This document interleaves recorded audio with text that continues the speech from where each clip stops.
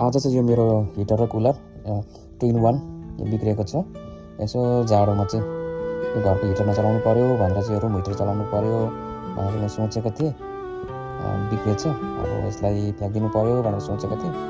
त्यहाँ सन्त भाइले बनाइदिन्छु म भनेर यस्तो कुरा गर्नु। अन्त ल अन्त बनाइदिन्छु भनेपछि ठिकै छ, अन्त बनायो ठिकै छ, बनायो भने त फ्याँकिदिनु पर्यो भनेर सोचेको थिएँ। 3 वर्ष भइसकेको थियो चलाएको पनि यो मिनी हिटर र कुलर। अब हेरौँ यहाँ सन्त भाइले बनाउँदैछ, बनेन ठिकै छ, बनेन भने जान्छ ट्रेसमा। 2 3 4 5 वटा पङ्खा छ।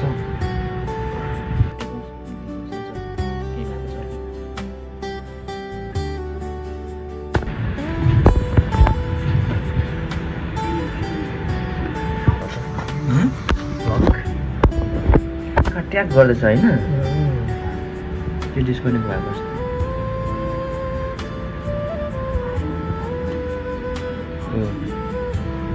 यो त घुमी चाहिँ बस्नु पर्यो होइन, तातो आइबस्नु पर्ने हो नि त, घुमी बस्नु पर्ने हो। एकछिन चाहिँ उयो रोकिन्छ तर बोटमा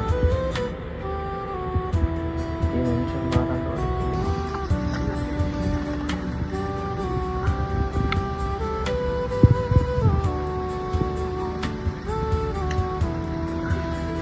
अब फाइनल्ली यो हिटर बनिएको छ, रुम हिटर शान्त भाइले बनाएको छ। ल अब चाहिँ यो एकछिन यहाँ 1 मिनट जस्तो ट्राई गरौँ।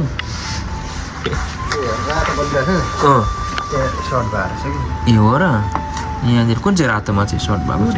मदरबोर्डकोदेखि त रातो देख्नुहुन्छ, त्यहाँ चाहिँ अलिकति त्यो उयो भएको रहेछ, त्यही होइन लुज भएको रहेछ, त्यसलाई टाइट गर्यो। धेरै धन्यवाद। यो बनिएको छ, किनभने यो मेकानिकल कुराहरू जान्नु गाह्रै हुन्छ।